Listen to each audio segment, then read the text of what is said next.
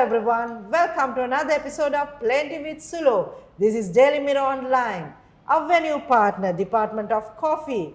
Clothing partner, GFlock. Hair and Makeup Beauty Quest, Colombo 3.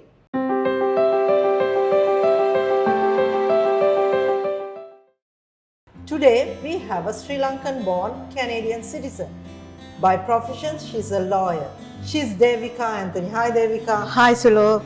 This is an informal discussion, so please be free to talk openly. Yes, sure. So if I say like this, cake was baked in Sri Lanka, but the icing was put in Canada. I think nearly 20 years you have been living in Canada, right? Yes. So your journey from Sri Lankan bar to the Canada. Yes, Sulo, first of all, I would like to thank you for giving me this opportunity to share my experience with you guys. So yes, I was born in Sri Lanka and I studied at the Holy Family Convent, Bambalapitiya, then graduated from Colombo University, then practiced as an attorney at law in Sri Lanka for about 7 years. Then I thought of migrating to Canada for the betterment of my kids. So all of a sudden we decided and we migrated with two full clothes of bags, like just 2 suitcases. But luckily my in-laws were there, so we stayed with them for a couple of months. Then we just moved to just a basement. Then my kids didn't like that, so they wanted to come back. So then we decided to come back. But then my husband said, okay, now we moved, so let's try. So then one of our neighbors, they offered a house since they're going to India for a couple of months. So they gave us their place. So we started our life there. And then we moved again. We couldn't move to a basement again, so we thought of, okay, somehow or other we are going to buy a house. Okay. And then we bought a house. Then after 6-7 months, we sold that for a profit. And then likewise, we built our home there. Then it was not easy. I had to study, work, volunteer work. There were so many. It's not an easy life anyway. So anyway, the kids were going to school. Somehow or other, I managed. So luckily, one of our Sri Lankan lawyers who was leading in Canada that time, he was leading. So she offered me a volunteer job. And then she said, no, I don't. If I hire somebody, I have to pay. Okay. So she said, okay, I'll pay you something. So I worked the morning shift with her, and then 3 to 11, I worked at Winners. So then I started like that. Normally they say lawyers in Sri Lanka are very established. So you went to Canada at a very young age with a young mother, and we started the whole process again. So then I decided to go to the university. So I went to Halifax, leaving the 2 kids and my husband in Toronto. So I had to take a flight. Every 2 weeks I flew. Actually, my boss, Tilaka D'Souza, sponsored me. Okay. Every 2 weeks. So that's how I managed to come to Toronto. And anyway, I was there for 1 year. Then I graduated and then I was called to the bar. I started my career on my own. I didn't work with anybody. Right away I started. With 1 file I started. That is also like one of my good friends. Okay. Nadika Upata, I don't know whether you know, she works for LLC now. Okay, yeah. Okay. She gave her house closing. That's how I started. So then I moved to another location. So then I bought my own office. And now I have 2 offices. One in Mississauga, one in Toronto. And my 2 daughters, they became lawyers. So it's a family business. I have about 4 lawyers working for me now. And I have about 10 staff. So that's how my career started there. I'm just wondering whether I'm motivating all the lawyers to leave after this discussion. But you know, I have seen that Sri Lankan women, especially the women who has left the country, very young age with professional qualification, are doing really well in Europe and other countries. Some are into politics, some are into business, some are into careers. So do you think that Sri Lankan women are more comfortable in Europe or other countries to be successful? Because Sri Lanka, yes, we do have some superb women, icon women, but the women who leaves the country are performing better than women who are already here. What is the difference you see in that? I think the freedom and there's no, what do you call, Gender, this thing, and also no discrimination. discrimination. Okay. They are all treated as same. So I believe that's the, and also very safe. Like Right. like here it's very unsafe, right? And we are scared to go The out. judgment, I I also, so therefore, like we mingle with everyone. There's no such restrictions. So I believe that's the important part. And so also I would like to mention the husbands, right? When they go out, they go become out, more they're more supportive. supportive. So Yes. because like nobody to help, no Right. domestic help or nothing, right? So they have to. So they encourage us. So if you have a supportive husband, I don't think that it's a task. Yeah, because here you have the extended family, you have domestic help, you have neighbors to help.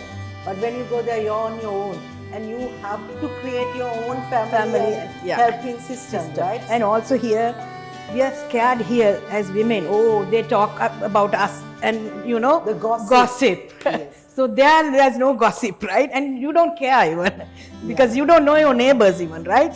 So you want to be built for your family. Family. And you are onto that. Yes, so I think that is one of the key things, because a lot of women said when you go out of the country, it's not the same. We are accepted and respected for who we are. Yes. And also the support system of the husband and spouses are there. And also, Sulo, I should mention, there's no division kind of, okay, she's working for, like she's doing a labor job and she's a lawyer, she's a doctor. Nobody cares. It's not the status of your job. It's the way of living and the values. That's right. So I think that is the success. I hope one day Sri Lanka will understand. It's not the politician, we should understand it. Yes. Yes. So now Sri Lankan women, especially as you said, we have a lot of injustice we face. And also we have a lot of single mothers, the support system is not there, right? And also some of the things the women are scared to go and ask for help. But as a lawyer who practices here and who are practicing there, what do you think the best practices, few of the best practices we can bring it to Sri Lanka on the, I would say educating on the legal terms and the law terms, and some of the best practices you like to share? Yes, actually the Sri Lanka, like you have to educate the single mothers or like who are affected, right? So if you educated them properly, they will find the way. And also like they are kind of very backward. So you have to push them, okay, find your rights and then fight for it. So, and also if you have like, especially the lawyers in Sri Lanka, they can help, like the law organizations, I have seen women's law association or so forth. They should have some kind of education sessions for the single mothers or victims.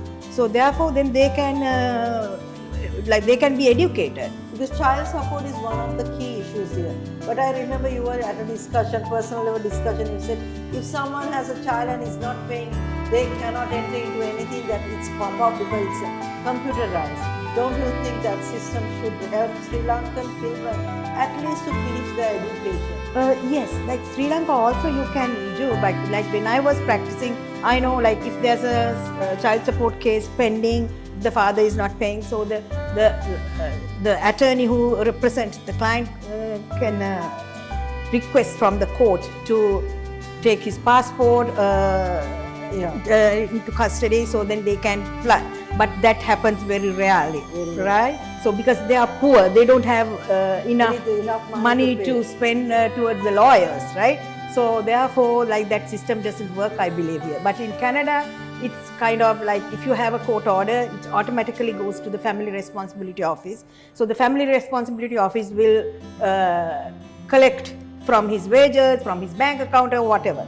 If they can locate the person, they need to register, right? So then, like even if the person vanished for some time, they can get hold of him. And they will automatically deduct from their salary. Like that.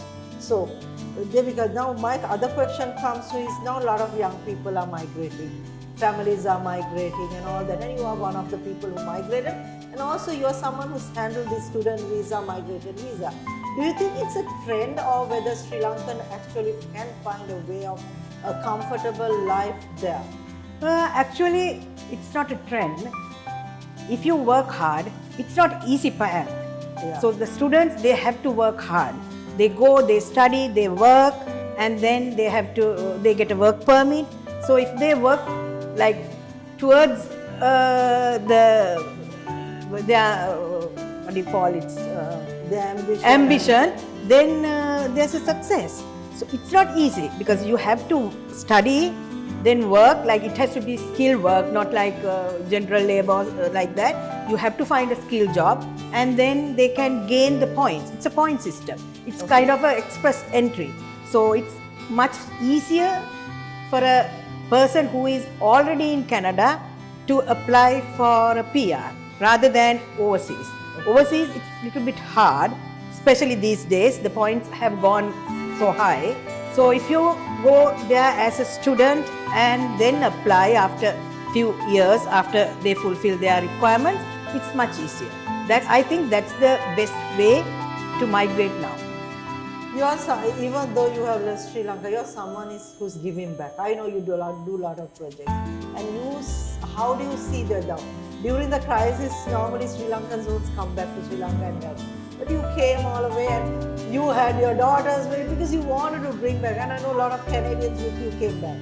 How do you see Sri Lankan situation, and what do you think how we can take it out?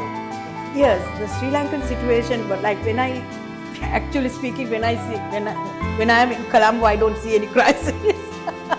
Right? Tell me about it.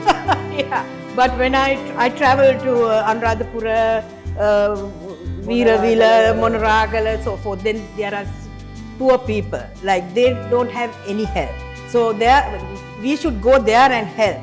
So actually, I'm always here to serve. Even in my profession, I love to serve, right? If somebody comes to me, if they have money or not, whatnot, first I serve them, and it's like I have a good feeling if I can help somebody. Not only by deeds, by words, some or other, right? So that's why I thought of like coming to Sri Lanka and to share like whatever I have with the poor. Your blessings to be shared. So that's why like we are blessed. Like actually speaking, we are in Canada and we don't we are okay in Canada. So therefore I have like whatever we were given, right? Like by the grace of God. So we have to share with others. So that's why actually as you know, I'm involved in several associations, Catholic Association, Women, and there's Shanti Foundation, there are so many. So likewise, I would like to help. So that's how we should be, right? So the Sri Lanka, like you have to actually come and see. Then only you will realize. If you stayed in Colombo, you will say, oh, there's no crisis, people are enjoying. That's right, but there are. The reality is not the Colombo. There are people who cannot ask, and we have to reach them. That's what you have done, because that's what I admire, because when people come, they are so busy, but you found time to go to those people and be with them. I know that you are being the award winner of FIM, Top 50, and also handling the Canada and recognizing Sri Lankan women. Your journey on that. Journey on the women in management and their yes. roles. So with your guidance and help, we formed the WIM Canada there. So we have already identified about 150 winners, like who excel in their career in Canada. So that's a great achievement. So we have been doing few programs like seminars for health and safety, so forth, diabetes awareness, that kind of programs, and some charity works as well. So we are encouraging them. So we have formed an organization like WIM Canada. So therefore the members are very active, and they would like to join. Even the new members, we couldn't join them yet. So when I go back, so we will gather them, and we are trying to be more active. So I'm going to ask you now. You are a Sri Lankan brand made a Canadian brand, right? So you call yourself a Canadian in Sri Lankan and Sri Lankan Canadian. how do you tell? Because a lot of young people going to Europe, but they do not want to say I'm Sri Lankan. What is your message for people, Sri Lankans, who are living abroad and who are planning to go abroad, to have that identity of Sri Lanka, not as a negative, but as we have a lot of negative, I say, but we still have some positive. Of course, the Sri Lanka, when you come back to Sri Lanka only, you realize how blessed the Sri Lanka is. It's a paradise. I call it paradise. It's amazing, like the weather-wise and the culture, the food and everything. So you have to teach your kids not to, like you have to encourage them, never to forget your country, motherland. So like for my kids, I always encourage them like to speak the language, especially when you come to Sri Lanka. If you don't speak the language, for them it's hard. So then they don't want to come because you don't have that attachment. Communication, you can't understand it. Yeah, exactly. So it's the parents' duty to teach them. So even my kids, I sent them to Sinhala classes and they got credits. Actually, yeah. So being a mother, every Saturday I took them for Sinhala classes. So that's how I gave them the cultural aspect of it. So therefore, like, if the parents encourage them, they will like Sri Lanka. They have to come. Yes, it's hard, but you get used to it, right? So therefore, like, I advise the parents to teach the language and the culture to the young kids. If you don't, like if you try to be a Canadian, then you will be losing something that's very valuable. As you said, you can't forget where your mother is and then call another country. Yeah, a mother, because that's where you were born and your grandparents and parents were born. You never forget the past, right? You never forget the past because that's the where you were built.